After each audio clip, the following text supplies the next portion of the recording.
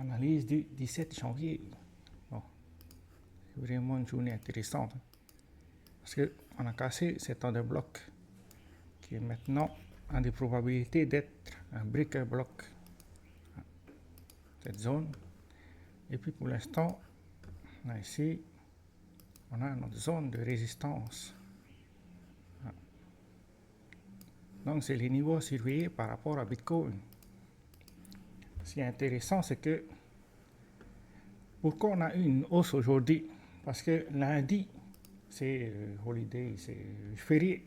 Lundi, c'est un jour férié. Voilà, lundi 20. Et puis, c'est lundi aussi que Donald Trump va entrer à la présidence américaine.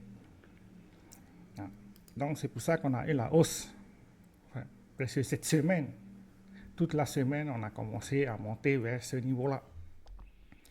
Donc, c'est vraiment une semaine intéressante parce qu'il y a des fortes probabilités que notre point bas, c'est celui-là et qu'on n'ait plus retesté ce niveau-là. Voilà. Mais, bon, on a laissé un gap. Il faut surveiller ce gap-là qu'on a laissé là ici. Toute cette zone-là, ça reste à surveiller. Parce qu'il y a des probabilités qu'on vienne combler le gap et qu'on puisse faire un scénario haussier. Il y a des probabilités de faire ce genre de scénario. Maintenant, bien sûr, il ne faut surtout pas. Enfin, faut surtout pas. Voilà. C'est sûr que notre point le plus bas, c'est au niveau de 89 000. Donc, on attend toujours notre higher low avant de reprendre un scénario haussier. Mais bon, c'est le week-end. Donc, il ne faut pas s'attendre à avoir de la volatilité le week-end. Si jamais on a de la volatilité, ça veut dire qu'il y a des nouvelles qui sont arrivées sur le marché. Donc, il y a toujours des probabilités, mais elles sont faibles.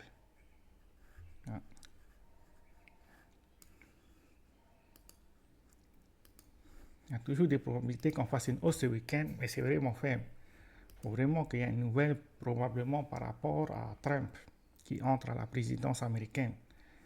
Si on vient là ici, ce qui est intéressant ce matin, c'est que là ici, il y avait un bloc de résistance, un peu comme ça, mais tout le long, à partir du niveau des 102 000, 103 000, 104 000.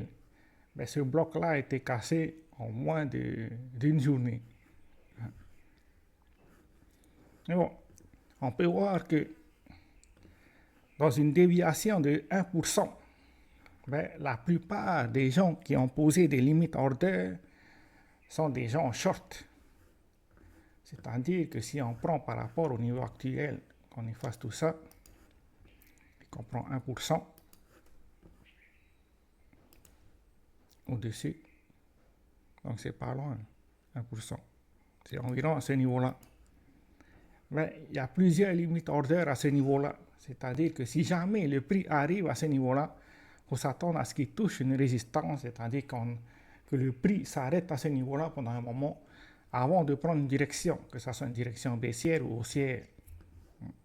C'est ça ce que ça veut dire, 1% de déviation. Ensuite, là ici, c'est 2% et 5%.